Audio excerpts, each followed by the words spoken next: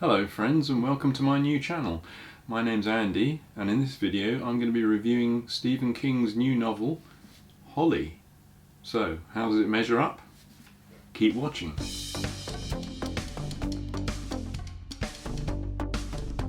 So, Stephen King introduced the character Holly Gibney in his novel Mr. Mercedes, published in 2014. And since then, in a series of books, she's gradually achieved more prominence.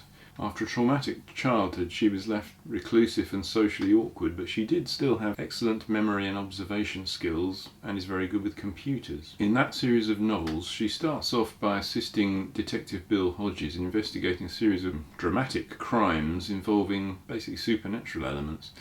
And when Bill dies in the third of the novels, End of Watch, and in the subsequent books, Holly took on a more prominent role, and in her eponymously named novel, she is the protagonist. So in this new novel, Holly finds herself investigating a missing persons case, and starts to turn up other cases of a similar nature, going back a number of years. And as she investigates further, attention seems to be thrown onto a pair of octogenarian academics. But how could they possibly be responsible for such a series of crimes?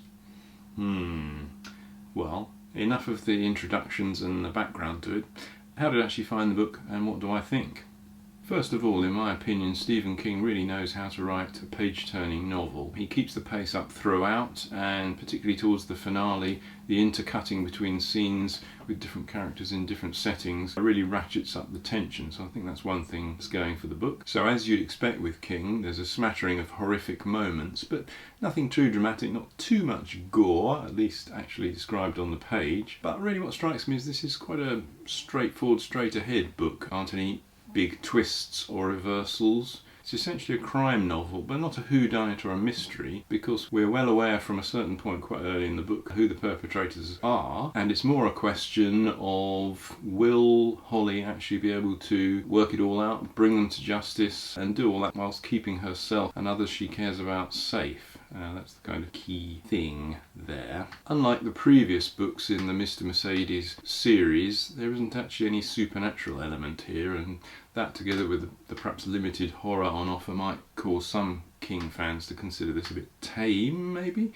It's not the case with me, certainly.